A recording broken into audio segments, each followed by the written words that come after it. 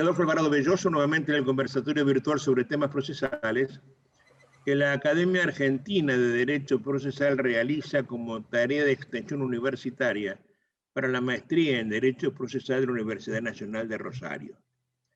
Uno de nuestros profesores permanentemente invitado, es el profesor Alejandro Aval Oliu, titular grado 5 en la Universidad de la República Montevideo, Uruguay, y antiguo litigante en el fuero penal y algunas veces en el civil. Aval tiene una importantísima obra escrita y es la figura consular del derecho procesal actualmente en la República Oriental del Uruguay. Yo tengo por Alejandro Aval una antigua amistad, lo conocí cuando era muy jovencito. Y él ha seguido los pasos de los próceres importantes del Uruguay. Quiero que sepan que el Río de la Plata ha producido importantes procesalistas. Por supuesto, Eduardo Couture, el autor de los estudios, el autor de los fundamentos de derecho procesal, cuya edición póstuma publicó hace muchísimos años el inolvidable Roque de Palma, en el libro de cabecera de los procesalistas de América, que además de ser un gran procesalista constitucional, vio siempre el proceso desde la óptica de la Constitución. Lo que hizo fue hacer poesía del derecho. Escribió un recuerdo de viajes y un libro maravilloso que se llama La comarca y la tierra. Alguna vez tendrán ustedes que entrar a verlo porque es una pura poesía hablando del derecho. Ese gran maestro uruguayo tuvo su parangón en otro, ya muerto hace muchos años. Hablo de Dante Barrios de Angelis, también muy querido amigo, que fue el que produjo una obra antes porque tenía un pensamiento propio acerca de lo que era el proceso, definido a partir de un método que él llamó genético funcional. Y discípulo de ellos fueron varios profesores, y hoy queda Alejandro Aval Oliu al frente de la cátedra de la Universidad de la República. También terminó otra actitud catedrática, viaja mucho, ha desempeñado con enorme honra e importante trabajo la presidencia del capítulo Uruguay, el Instituto Panamericano de Derecho Procesal, y es un buen amigo. Y yo, preguntándole, no quería dejarlo afuera de estos conversatorios, tuve que buscarlo, porque además es un hombre ocupado. Y cuando logré que me dijera que sí, me propuso hablar de las medidas anticipativas, de las cautelares y de las autosatisfactivas.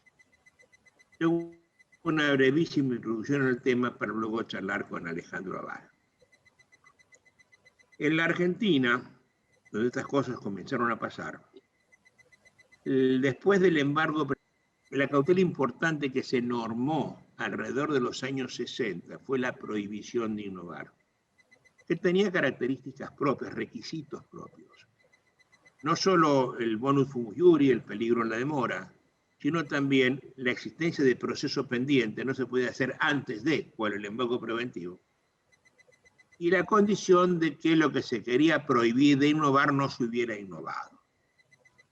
Si la orden llegaba y ya se había innovado, se ordenaba una innovación sobre lo innovado y por tanto se destruía lo innovado para que tuviera vigencia la prohibición de innovar, es decir, mantener el status quo de las cosas en el momento en que habían sido pedidas para que así se discutiera y no sujeto a vías de hechos que podían derivar en la mejor hecho de la paz. En los años 60, el prócer salteño Ricardo Raimundín, el gran procesalista del norte, dejó también importante obra escrita. Publicó un libro que llamó La medida innovativa, dándole ese nombre a una alteración del orden del statu quo de las cosas, pero inicialmente, no a raíz de una prohibición de innovar desconocida, sino inicialmente. Es decir, lo que él proponía en su libro era un anticipo de sentencia con el nombre de medida innovativa, a la cual le dio el carácter de cautelar. Eso generó en un congreso que se hizo en Salta por esa época una enorme discusión y su propuesta no tuvo éxito. El libro quedó como libro. De verdad, hasta hace muy poco tiempo no hubo ninguna norma legislada como innovativa. Pero sí lo fue. Cuando el activismo judicial empezó a ser importante en la Argentina y desde Rosario comenzaron a hacer ideas que pugnaban contra el concepto de debido proceso, se aceptó la posibilidad cautelar de innovar en la esfera de libertad de alguna de las personas.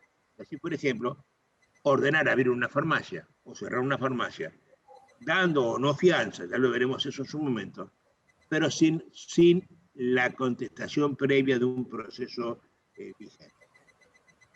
Y eso hizo que se hiciera siempre con el nombre de medida cautelar, a pesar de que aparentemente no lo son. Si uno piensa lo que estamos haciendo, la cautela está precaviendo algún resultado, previendo un resultado, no invadiendo una esfera de libertad. Pero lo cierto es que, socapa de que son medidas cautelares, hoy se realizan anticipos de sentencia, con un proceso pendiente. Con el agravante de que también en la ciudad de Rosario surgió la posibilidad de que, si a juicio del juez creía que había una certeza absoluta, si el juez mirando a los ojos de las personas donde se cree que nadie miente, le veía la verdad en el fondo de los ojos, podía dar la razón inmediatamente sin audiencia previa de quien debía sufrir el cercenamiento de su propio derecho. Y eso se le dio el nombre de medidas satisfactorias. Y poca gente entiende las diferencias esenciales que hay entre estas cosas. Poca gente acepta, pensando el derecho, de que haya medidas cautelares que no lo son, y que son anticipos de sentencias que se hacen inauditas de altera pares. Uno de ellos es la mente lúcida de Alejandro Abar. Entonces me pareció importante que escuchar a un uruguayo, lejos de la perversión activista de los argentinos, que explicar el tema a la luz de estas contables. Entonces comenzaría al agradecerle su presencia en este conversatorio. Quiero preguntarle, al tiempo de darle la mejor bienvenida, si es posible y correcto distinguir a las medidas provisionales o anticipativas de sentencia de las cautelares, si son lo mismo o no.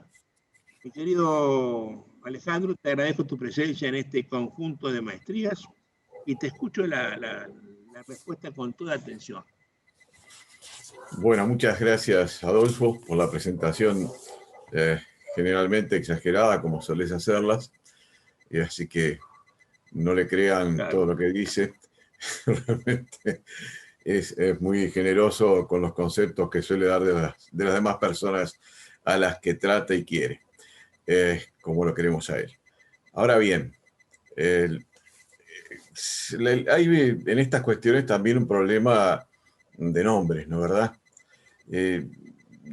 Yo creo que la mejor manera de encarar el tema es de comenzar a encarar el tema, es hablando de si realmente se pueden distinguir lo que llamamos medidas cautelares propiamente dichas de las medidas provisionales. Después vamos a hablar de las autosatisfactivas o de lo que se suelen llamar autosatisfactivas, que son distintas, porque esas no implican un proceso en trámite en realidad. Las medidas cautelares son medidas que se disponen para asegurar que se va a poder efectivizar una futura medida procesal. El sentido no es proporcionar al actor del proceso ninguna clase de satisfacción, sino simplemente asegurar que en el futuro va a ser posible ejecutar una sentencia que al momento que se pide la medida cautelar es posible ejecutarla, pero que quizás por el cambio de las circunstancias luego no se pueda ejecutar. Es algo fácil de entender cuando uno piensa, por ejemplo, en un embargo, ¿no? El embargo que se dispone para que los bienes que tiene el demandado no se puedan cambiar, no se puedan vender, no se puedan enajenar, de manera tal que si al final es condenado, haya bienes para poder satisfacer la pretensión del actor con la ejecución de esos bienes. Ese es el sentido de las medidas cautelares. Las provisionales, que llamamos provisionales, propiamente dichas, no tienen en realidad mucho que ver con esto, porque a lo que apuntan no es a asegurar la ejecución de una futura sentencia o una futura resolución, que no tiene por qué ser sentencia definitiva, en el caso de las cautelares, sino directamente a satisfacer la pretensión en forma provisional durante el trámite de un proceso. Pero para entender mejor esto, que en general se suele entender, pero para precisarlo, podemos decir que hay algunas cosas comunes entre medidas cautelares y provisionales. Insisto, no pensemos en las verdaderamente autosatisfactivas. ¿Cuáles son las cosas comunes? Primero, que ambas son accesorias a un proceso principal. Es decir, requieren un proceso principal.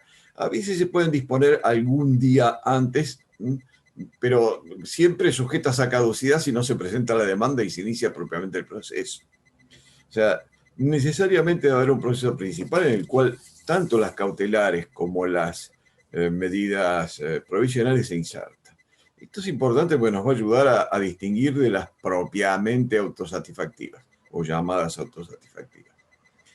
Un segundo presupuesto común es que en ambos casos es necesario demostrar que es probable que se dicte en definitiva la resolución cuya ejecución se quiere garantizar o la resolución que provisoriamente se está disponiendo, según el caso. En otras palabras, acreditar lo que se llama el bonus fumus iuris, es decir, de que es probable que la sentencia cuya ejecución se quiere garantizar con la medida cautelar, o que la sentencia que provisoriamente se está dictando con la medida provisional efectivamente se va a dictar. Y un tercer requisito común, que bueno, no es de esencia, pero las legislaciones suelen establecerlo, aunque en muchos casos los jueces no lo adoptan, es la necesidad de la llamada contracautela, o sea, una garantía de quien solicita la medida cautelar o la medida provisional de que va a responder de los perjuicios que se le causen a la contraparte cuando en definitiva no se acoja a la pretensión que dio lugar a la medida cautelar o la medida provisional. Esas son las tres cosas comunes. Pero veamos las diferencias. Las diferencias. La primera es la finalidad que persiguen. Una persigue asegurar la ejecución de una sentencia futura o de una resolución futura, las cautelares. Las otras, las provisionales, no están persiguiendo eso, están persiguiendo algo totalmente distinto. Están persiguiendo satisfacer provisoriamente la pretensión ya desde el inicio. Esto van a ver que tiene consecuencias en cuanto al procedimiento. Debería tenerlas, y en nuestro país ahora las tiene. Pero el ejemplo para distinguir la finalidad de unas y otras es muy fácil. Pensemos en un proceso en el cual se pide una pensión provisoria, perdón, una pensión alimenticia, ¿verdad? Una medida cautelar sería trabar un embargo sobre los bienes del demandado.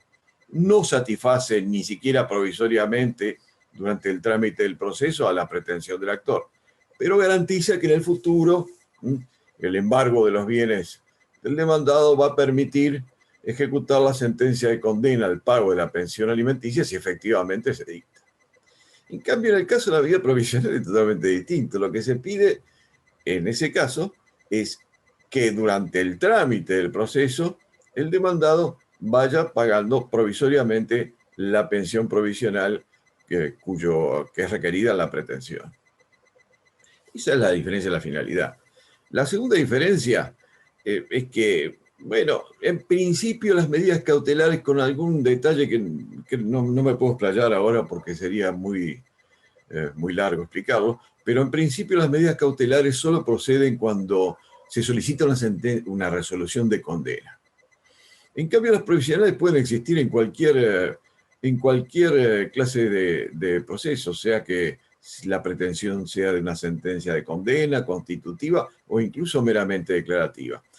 Hay algunas excepciones, por cierto, en nuestro derecho por lo menos. La más importante es que las medidas provisionales van a ver que no se pueden dictar en el proceso penal.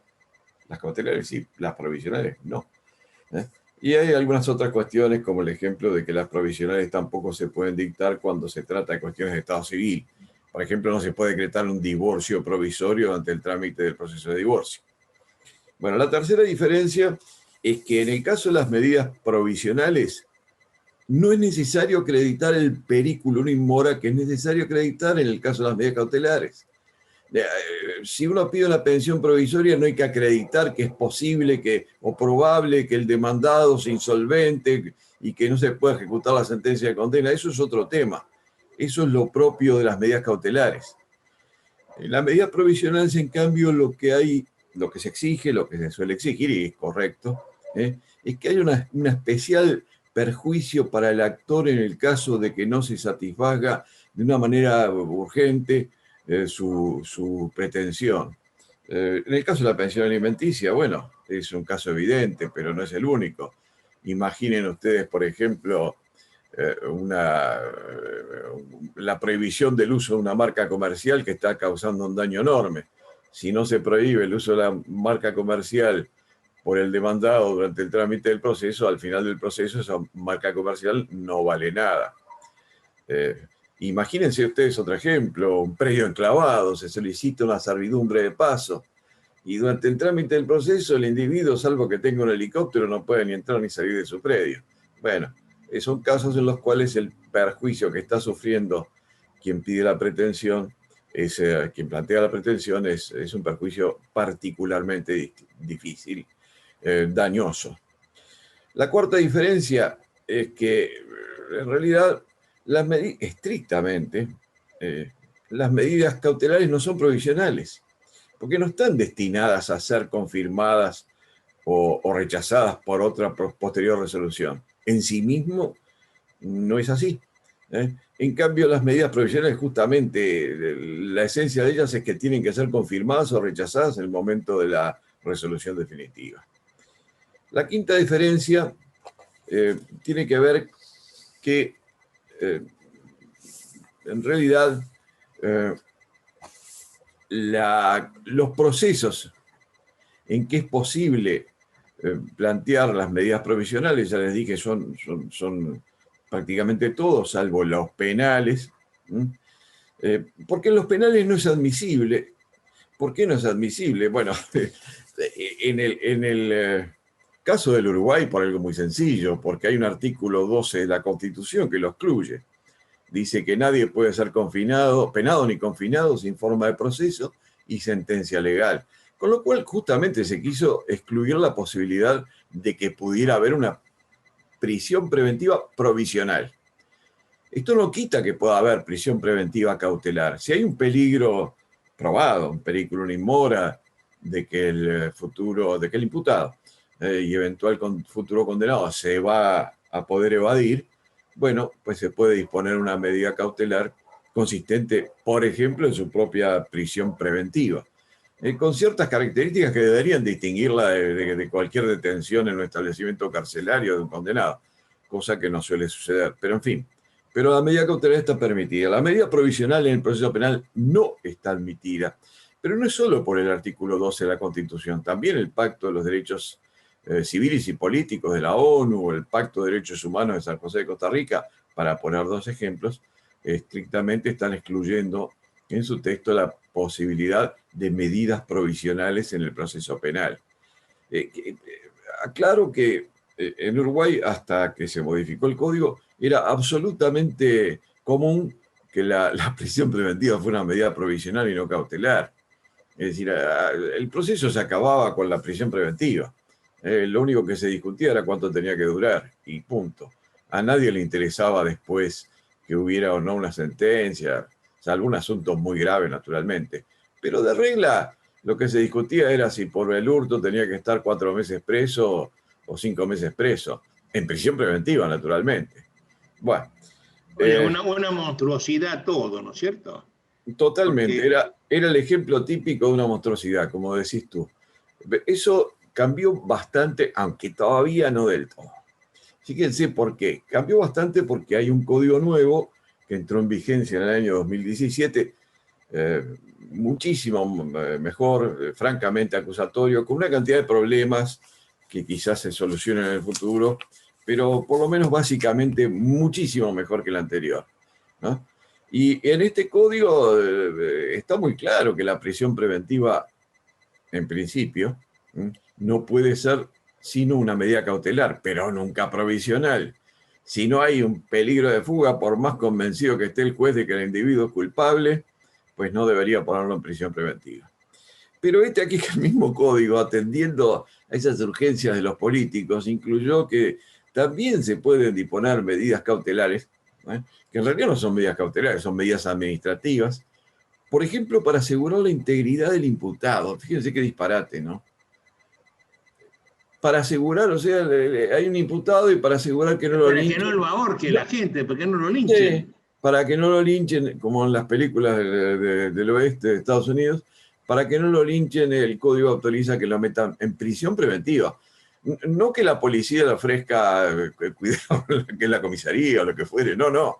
El juez ordena que lo metan en prisión, le guste o no le guste al imputado que lo metan en prisión. Es una cosa de locos. Otro ejemplo, para asegurar la integridad de la víctima, más explicable.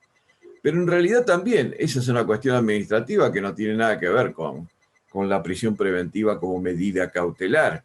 ¿Qué es lo que se asegura? Que esta persona que eventualmente o probablemente haya cometido un delito no vuelva a cometer delitos. Esa es la pena. Esa es una pena. Se le está aplicando una pena para asegurar que no cometa más delitos. Incluso hay una expresión peor, dice que se puede disponer la prisión preventiva para seguridad de la víctima o de la sociedad. De la sociedad. Es decir, bueno, el individuo, pero fíjense, el individuo ya parecería que va a seguir rapiñando, cometiendo hurtos, así que vamos a ponerlo en prisión preventiva durante el proceso. No se está asegurando la ejecución de ninguna futura medida, sentencia, ¿verdad? Sino que directamente se está aplicando provisoriamente una pena. La pena, la prevención general, la prevención especial, que el individuo no cometa delitos durante el trámite del proceso. Y bueno, usted dirá, eso es muy explicable, sí, pero es una medida administrativa. Debería estar regulada por fuera del proceso como medida administrativa, en todo caso. Aclaro que esto último de la seguridad de la sociedad en general aparece disfrazado, porque lo cierto es que cuando tenemos una persona que, por ejemplo, ha cometido varias rapiñas, es muy probable que se fugue, de manera que ahí podría sí haber una medida cautelar verdadera, es decir, disponer la privación de libertad durante el trámite del proceso para evitar que lo que aparece como probable, que es una condena importante, se pueda cumplir y que el individuo no se fugue durante el trámite. Bueno, pero ahora voy a una cosa muy importante, que es una diferencia más entre medidas cautelares y provisionales. Tiene que ver con el procedimiento. Algo que tú, Adolfo, aludiste de alguna manera en esta presentación inicial. Las medidas cautelares, tradicionalmente, no necesariamente debería ser así, pero tradicionalmente es así, se resuelven en un procedimiento unilateral, en lo que se llama un procedimiento reservado. Es decir, ahí no interviene para nada el sujeto que va a ser afectado por la medida cautelar. Simplificando, si se pide un embargo, bueno, lo único que se hace ahí es recibir la solicitud, tramitar, si es que hay que tramitar algo, la prueba del periculum in mora y del bonus cum iuris, ofrecer la contracautela y otra cosa. Y bueno, el futuro embargado, el demandado del proceso, no tiene nada que ver con esta medida cautelar. Después tiene la posibilidad, cierto, después que se ejecuta, no después que se dispone, de recurrir esa medida cautelar, pero bueno, eso es otra cosa. No intervino en el procedimiento. Cuando se trata de medidas provisionales, como la pensión provisional en sí misma, ¿no? El Código General del Proceso dispone que el procedimiento, lo dispone ahora, porque se insistió mucho, en particular por la doctrina procesal, bueno, uruguaya, ¿no? Pero también tomando anotaciones incluso de la Argentina, hasta del propio Alvarado. Se dispuso en el año 2013, se cambió el código y se dijo que cuando era una medida provisional, como la pensión provisional, como la prohibición provisional del uso de la marca que les puse de ejemplo, como la autorización para pasar por el fondo en el caso de que hubiera, se estuviera reclamando justamente esa servidumbre de paso, que son los ejemplos que empleé para no cambiarlos. En esos casos el procedimiento, y en todos, el procedimiento es bilateral. El nuevo artículo 317.3 del CGP dice explícitamente que en todo supuesto de solicitud de medida provisional, antes de disponerse esta, no algo después, sino antes de disponerse esta, deberá oírse a la contraparte. ¿Ah? Y entonces tiene que darle un traslado o convocar una audiencia, en fin. O sea, Oye, necesariamente quiero es interrumpir bilateral. acá, Alejandro. Sí. Te interrumpo un instante. En mi país está claro que hay cosas que tienen que hacerse ya mismo. Y tienen que ser anticipaciones anticipativas de sentencia. Pero las dice el legislador, no el juzgador. En el derecho civil argentino yo tengo 3 circunstancias pensadas por el legislador y una en el derecho marcario. La marca, lo que acabas de decir, es igual. Tengo los alimentos, prestación anticipativa mientras se discute si se puede o no discutir, pero de tanta importancia que yo voy a fijar la prestación de alimentos y después el que lo paga no tiene obligación de pagarlo, no puede repetirlo. Mira vos a dónde hemos llegado con nuestra normación O civil. sea, el que recibe el alimento no puede No, luego... el que paga el alimento no debiendo pagarlo, no puede repetirlo del alimentado. Pero eso es un disparate. Buah. Todo es un disparate. En todas partes disparate. Segundo, es la apertura de la servidumbre de paso, lo que acabas de decir vos. A mí me cierran la sala y no me dejan salir, pues salga, y puedo salir por disposición de la ley. Me dejan salir antes de la sentencia que dice que yo tengo derecho a salir. Y finalmente, la situación se da también legalmente con el interdicto de obra nueva. Si un tipo se mete en mi casa rompiendo la pared de al lado, le paro la obra. Aún sin que yo tenga derecho, lo paro anticipativamente. Para esto, en los 3 casos, salvo el de familia, fianza. Familia no, porque se supone que esto se pide siempre bien, ¿no? Pero lo dice la ley. En la medida anticipativa que estás diciendo vos, lo dicen los jueces. Pero además, cuando lo dicen los jueces en la Argentina, han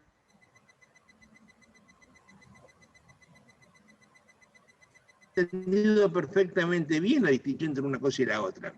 Porque si hay medida previa, yo tengo un proceso pequeñito, te escucho antes de excluirte de alguna cosa. Pero en la Argentina no. En la Argentina, a vos te echo de tu casa a pedido de la mujer y te echo, y vos no fuiste parte de esto. Y no lo dice la ley, lo dice el juez. Y hay 10.000 jueces en el país. Y cada juez puede decir lo que quiera. Con lo cual, de hecho, yo no tengo ley. Bueno, acá acá de alguna manera pasaba así, y por eso se incluyó explícitamente lo que recién les leí en el año 2013, se incluyó en el código que en todo supuesto de solicitud de medida provisional, antes de disponerse de esta, deberá oírse la contraparte. Pero también se aclara en complemento a la disposición, ¿ah?, que debe ser un traslado brevísimo o que debe ser una audiencia urgente en la ocasión para oír a la contraparte, ¿verdad? Es lo que diferencia naturalmente las provisionales de las cautelares en cuanto al procedimiento. En las cautelares... aunque sean horas, le diste la audiencia. Sí. Aunque venga de acá 2 horas, le diste la audiencia. ¿Qué es lo que se evita, socapa de que es medida cautelar? Pero es que no es una medida cautelar, es algo distinto. No, por supuesto. Mira, Calamandrei, Piero Calamandrei hace, ya una infinidad de décadas, ya creo que era por el 42 o algo así, o el 41, distinguía dentro de las cautelares, distinguía estas medidas que estamos hablando ahora, lo que llamamos provisionales. No las llamaba provisionales y seguía hablando que eran cautelares, pero distinguía y entendía que los procedimientos debían ser distintos. Pero no se le dio mucho corte a eso. Mirá, acá en Uruguay hemos luchado para que esto se consagrara en la ley durante muchísimo tiempo, porque algún juez lo aceptaba, pero la mayoría no, porque es más fácil decir es una medida cautelar que andar diciendo No, que el procedimiento bilateral, ¿qué lo voy a llamar? ¿Para qué lo voy a llamar? Etcétera. Y bueno, al final se consagró. La verdad, se entendió que era más que razonable. ¿Por qué no lo vamos a oír? ¿Por qué no lo...? Claro, oírlo con urgencia, yo estoy de acuerdo que eso debe ser así. La naturaleza... Entre ustedes prima la sensatez jurídica. La impresión mía es que el procesalista uruguayo no es necio, no es caprichoso, y la sensatez tiene que privar siempre. Y la sensatez indica que si me van a interferir en mi esfera de libertad, yo sí he oído antes. Pero eso Bueno, no ocurre en la Argentina, ni en el Perú, no, en otro lugar no ocurre, ¿no? ahora, hay una diferencia más también, que tiene que ver con algo que tú mencionaste, entre las cautelares y las provisionales, y es la reparación del perjuicio que se causa cuando quien pidió la medida cautelar o la provisional no tiene razón. Cuando pidió el embargo o cuando pidió la pensión provisoria, al final del proceso no se le da la razón al actor. Y en esos casos, el perjuicio que se le causa a ese actor tiene un régimen distinto, suele tenerlo en casi todos los ordenamientos que yo he consultado. Y naturalmente lo tiene en Uruguay. Si se trata del perjuicio generado por una medida cautelar, un embargo, ¿ah? El régimen que se aplica en Uruguay y está consagrado así, es de responsabilidad subjetiva. ¿Eh? Debe reparar el perjuicio si me dio dolo o culpa grave, asimilable al dolo. Si fuera una culpa leve, bueno, una confusión forzada incluso por el propio demandado, no tiene que reparar el perjuicio que le pudo haber causado al impedirle la venta del bien durante el proceso, por ejemplo. ¿Ah? Esto tiene algunas excepciones, naturalmente, pero no las voy a explicar ahora. Son pequeñísimas excepciones que están muy bien regladas en el código.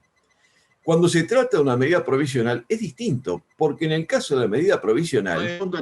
Te quiero acotar algo. Sí. Oye, quiero acotarte algo. Yo tengo en los tribunales casi 60 años y no he visto nunca he visto un pleito de reparación por un embargo mal trabado. Nunca. Una cautela mal trabada, nunca vi el cobro de un daño por eso, ¿no? O sea que estadísticamente la posibilidad debe ser ínfima. Porque Mirá, vos sabés nunca la he visto en tantos años viviendo dentro del tribunal. Mira, vos sabés que te voy a decir que acá pasa lo mismo, aunque yo he visto alguna. He visto alguna pedido de reparación de medida cautelar. Ahora vuelvo para eso, pero te voy a decir que las medidas, les voy a contar que en las medidas provisionales, el régimen es distinto, porque ahí el que pidió la medida y después no tenía razón, durante el juicio recibió directamente un beneficio. La pretensión se le hizo lugar durante el juicio, provisoriamente. Tiene que reparar lo que ha recibido, tiene que devolver, por decir en términos sencillos, lo que ha recibido durante el juicio. Es una cosa distinta, es un fundamento diferente del fundamento de la reparación en las medidas cautelares. Ahora, también te digo una cosa sobre la reparación del perjuicio en medidas cautelares. Acá, hasta el año 17, la prisión preventiva era una medida provisional, inconstitucional, violatoria de los tratados, contra las enseñanzas de la doctrina, etc. Pero era casi siempre una medida provisional y no era cautelar, ¿no? Y entonces, ¿qué pasaba con la reparación del perjuicio? El individuo que estuvo 3 meses, 3 años o 10 años preso y lo absolvieron. Entonces, no reparaban el perjuicio. Yo escribí sobre eso en el año 74. Al mismo tiempo que escribí algo parecido a Caferata en Córdoba, en el año 1974. Y escribí un libro, bueno, sobre ese tema, y resulta que después, retornada la democracia, ya por el año 85, le propuse ahí en el Parlamento, yo no era representante, pero tenía gente muy afín, propuse a través de esta gente que se estableciera un artículo en una ley que dijera explícitamente que aquel que era absuelto, bueno, sobreseído, etcétera, salvo que fuera sobreseimiento por gracia y bueno, alguna otra cosa, tenía derecho a una reparación, pero lo que le dijera explícitamente la ley. Y efectivamente, desde entonces, incluso antes de este código nuevo, y ahora también con el código nuevo, quien sufre una prisión provisional como era siempre antes, o cautelar como en general son ahora de acuerdo al nuevo código, que son muy pocas las provisionales inconstitucionales que se dictan. Bueno, pero quien sufrió eso tiene derecho a la reparación del perjuicio. Y bueno, eso es hubo que decirlo por ley, ¿no? Que la ley lo dijera y se cumple, ¿eh? ¿Y sabes quién lo paga? Lo paga el presupuesto del Poder Judicial. O sea, quien tiene que pagar el demandado en esos procesos es Yo la te cuento Suprema otra Corte. cosa respecto de eso. Yo tengo la experiencia mía es distinta. Cuando eso ocurre y tengo una persona que va a ser, que puede ser absuelta en prisión preventiva, la corrupción, la corruptela judicial indica que aquel que será absuelto va a ser penado y dado por cumplida la pena con la prisión preventiva. Sí, esa es Lo una deja en libertad, perversión. con lo cual el Esa es Estado... esa es una perversión para evitar la reparación del perjuicio. Mirá, yo tengo un caso famoso en el cual intervine y el juez no lo paga nunca, está claro, a título personal, pero su carrera se ve un poco desacreditada cuando un tribunal superior dice, no, usted tuvo 3 años presa fulano, no tendría que haber estado, ¿la verdad? Haya habido no culpa del propio juez, siempre se va a sentir, bueno, acorralado. Me acuerdo que hubo un intendente que fue procesado, yo era fiscal en esa época, y fue procesado a pedido de un fiscal anterior, un intendente departamental, y lo tuvieron 14 meses en prisión. Y a esa altura más o menos me llegó a mí el expediente, ahora yo había asumido el cargo de fiscal en ese lugar, y me llegó el expediente y estuve estudiándolo y viéndolo todo, y resolví que lo único que había era un delito de justicia por la propia mano en beneficio de la intendencia, que estaba castigado con una pena de 1.000 pesos. O sea, nada, ¿no? Y bueno, pedí una pena de 1.000 pesos y dije que había que ponerlo en libertad inmediatamente. ¿Sabés qué hizo el juez? Lo condenó a la prisión preventiva que había cumplido, es decir, condenó a cumplir 14 meses de prisión con descuento de la preventiva sufrida. Lo soltó, pero chao, adiós reparación, adiós nada. La peleé yo, el fiscal la peleé. Y la apeló la defensa también. Y bueno, bastante insólito que el fiscal apelara eso, ¿no? Pero bueno, lo apelé y el Tribunal Superior, claro que nos dio la razón y lo condenó a los 1.000 pesos de multa. Y el individuo creo que hizo el juicio de resarcimiento. Pero en fin, bueno, si te parece... Oye, en la Argentina, el Estado que tiene que reparar puede repetir del juez que ocasionó el problema. Acá también, pero no lo Resulta hacen. una cosa también en la corruptela judicial que no ha... Claro, porque oíme, no, entre bueyes no hay cornada, viejo. Sí, acá no lo hacen. Es muy difícil que esto suceda. Quizás queda un poquito desacreditado, pero nada más. Pero no he visto nunca la acción reparatoria. Y mirá que por año hay, bueno, no digo que haya centenares de casos, pero una decena de casos sí hay, ¿verdad? Y a veces gordos, ¿no? ¿Verdad? Porque un individuo que de repente está preso 5 años, bueno, caramba, tiene derecho a una muy buena indemnización, ¿no? ¿Verdad? 5 años además que no está en un hotel de 3 estrellas ni una pensión de 2 estrellas. Está en un establecimiento carcelario superpoblado, etc. Ahora bien, me gustaría decir una palabra, Adolfo, sobre lo que se llaman las medidas autosatisfactivas. Porque propiamente entre de distinguir, las provisionales no son autosatisfactivas porque en definitiva son provisionales, no terminan solucionando el problema. En cambio, las medidas que se llaman autosatisfactivas, para mí, bueno, hay un grupo de personas que piensan de la misma manera, de clasificarlas en algo distinto. En primer lugar, porque no se insertan en ningún proceso. Las cautelares y las provisionales se insertan en un proceso en trámite, o que se va a iniciar inmediatamente, ¿no? ¿Verdad? Hasta 30 días antes se pueden disponer. Pero siempre que se presente la demanda, y si no se presenta la demanda, tiene un juicio por daños y perjuicios, que también lo he visto. Pero bueno, las medidas autosatisfactivas propiamente dichas no requieren un proceso en trámite. ¿Y por qué se llaman autosatisfactivas? Porque en realidad cualquier sentencia que concluye un proceso, bueno, y queda firme naturalmente, es autosatisfactiva. ¿Y qué diferencia hay con lo que solemos llamar autosatisfactiva? Y la diferencia que hay es que en un proceso normal el demandado tiene garantías. Y en cambio, en los procesos donde se disponen las medidas autosatisfactivas, siguiendo además la ritualidad de los procesos cautelares, lo cual es absurdo, porque podrían ser procesos más breves, naturalmente, un proceso sumario. Acá los procesos laborales en general hay dos tipos, pero en general son más breves. Los procesos de alimentos son más breves, pero tienen todas las garantías del debido proceso. En cambio, cuando se trata de una medida propiamente autosatisfactiva, no hay proceso en trámite, ni lo va a haber. No tienen que ser confirmadas ni revocadas en ningún otro proceso. Son la culminación de un mini proceso en sí mismo sin las garantías del debido proceso. Así que parecería que se juntan con las provisionales, pero no es así.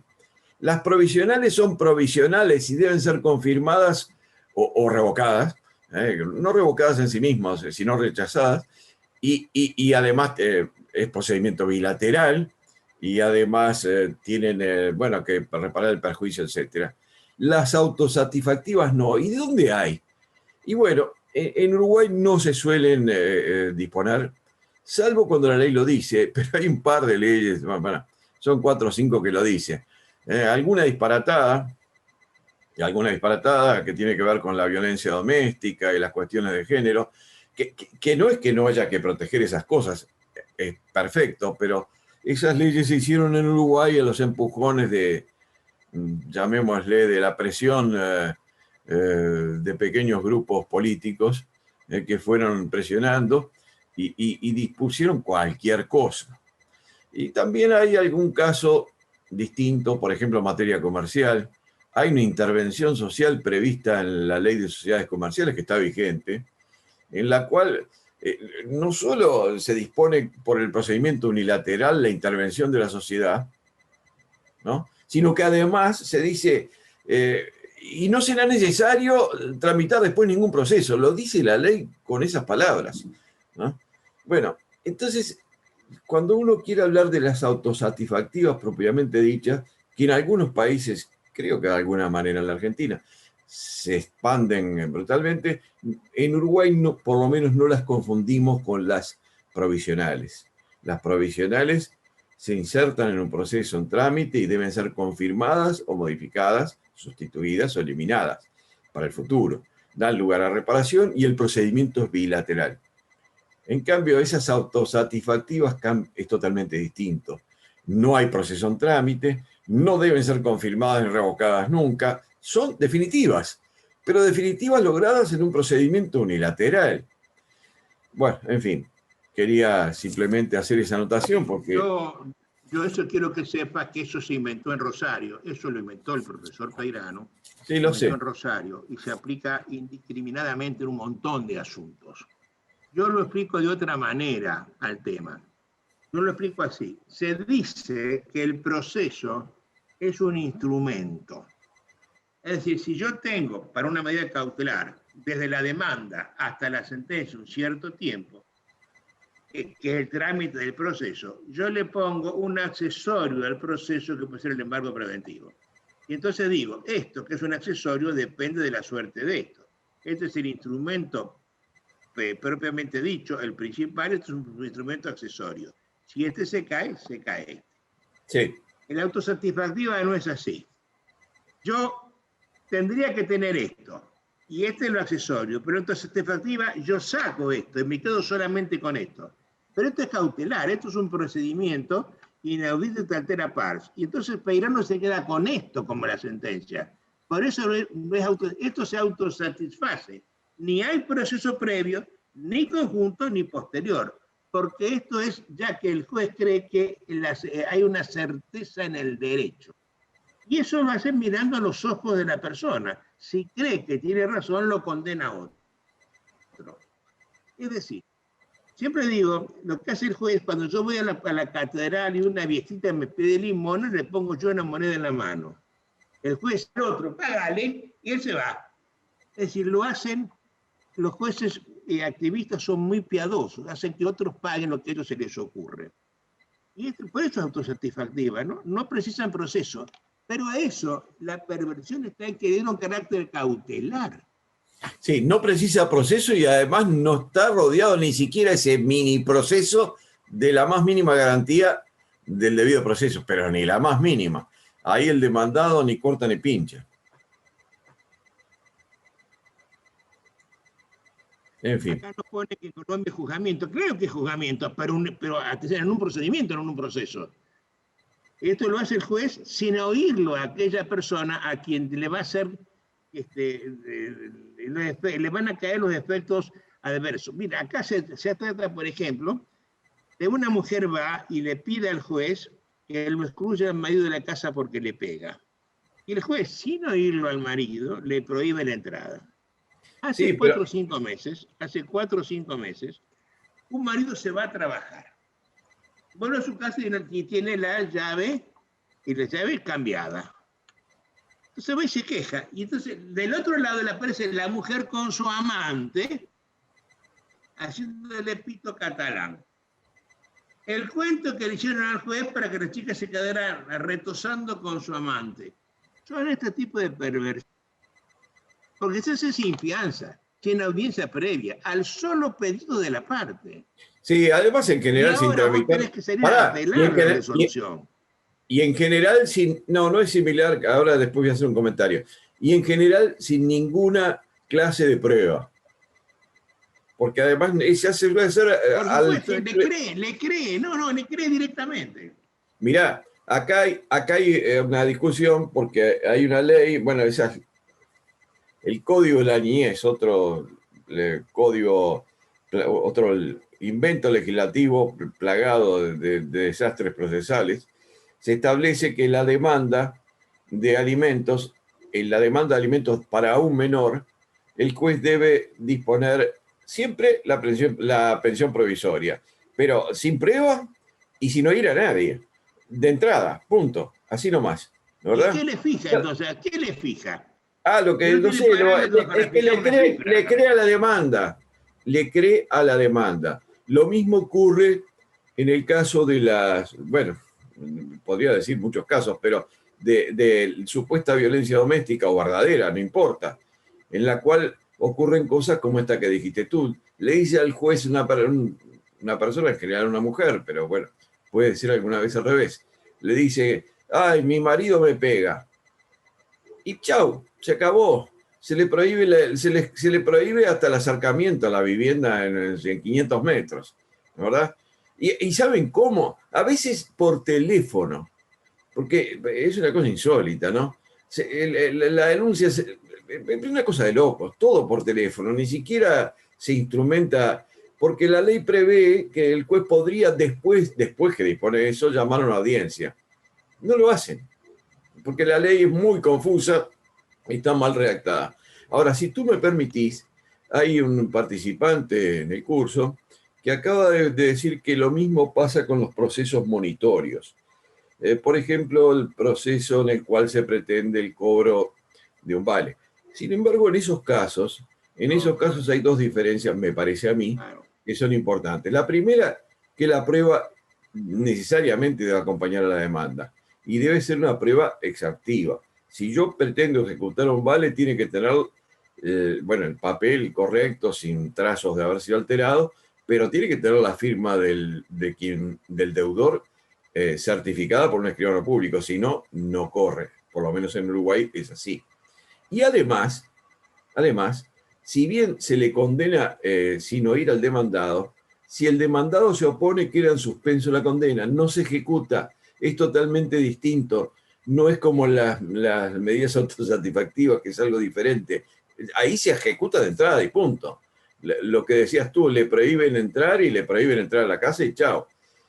Acá en el proceso monitorio, si no se ejecuta nada hasta que venza el plazo que tiene el demandado para oponerse a esa resolución inicial adoptada sin su audiencia, pero por lo menos con una muy fuerte prueba, que es lo que debe convencer el juez. Entre nosotros, si el demandado en el monitorio se opone, se cae el monitorio. Pero quiero que piensen todos. Bueno, acá de hecho es lo mismo, porque después se tramita audiencia preliminar, audiencia complementaria, segunda instancia, y recién al final se puede ejecutar la resolución si la confirma todo eso. Oye, pero quiero que recuerdes una cosa. Nuestro juicio ejecutivo es monitorio, y lo tenemos hace 100 años. Yo cuando tengo un derecho predeclarado, como tengo en los títulos ejecutivos, yo me presento y el juez, mirando el título, ordena la ejecución. Manda, a menos que se oponga excepción legítima en tal plazo. Exacto. A tal punto es monitorio esto, que si el demandado, el ejecutado, no pone excepciones, el juez lo que hace es continuar, seguir adelante la ejecución que ya ordenó. No la ordena en la sentencia, la ordenó al principio, sigue adelante. Por tanto, yo no me rasgo las vestiduras con el monitorio, porque lo tengo como ejecutivo hace 200 años. Pero además, lo esencial para distinguirlo de la llamada autosatisfactiva es que si se opone la persona demandada, en la autosatisfactiva se le está ejecutando mientras se opone, chao. En cambio, en el monitorio no se ejecuta, porque hasta que vence el plazo para que se oponga, no se puede ejecutar. Y después, si se opuso, prácticamente se tramita un juicio ordinario. En los hechos es prácticamente eso. Bueno, en fin. Bueno, chicos, hemos llegado a la hora de conversación. Me parece que ha sido muy fructífera la charla, muy instructiva. Yo me he divertido mucho con la conversación. Te agradezco muchísimo, Alejandro. Te mando un abrazo fuerte con todo mi agradecimiento y espero que tengamos otra charla. Me entretiene el charlar contigo. Así que un abrazo fuerte, hasta pronto y hasta siempre. Muchas gracias. Bueno, muchas gracias a ti, Adolfo, por la invitación.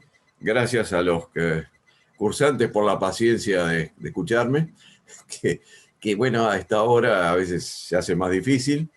Y también te aseguro que me divierte mucho hablar contigo. Tú ya lo sabes.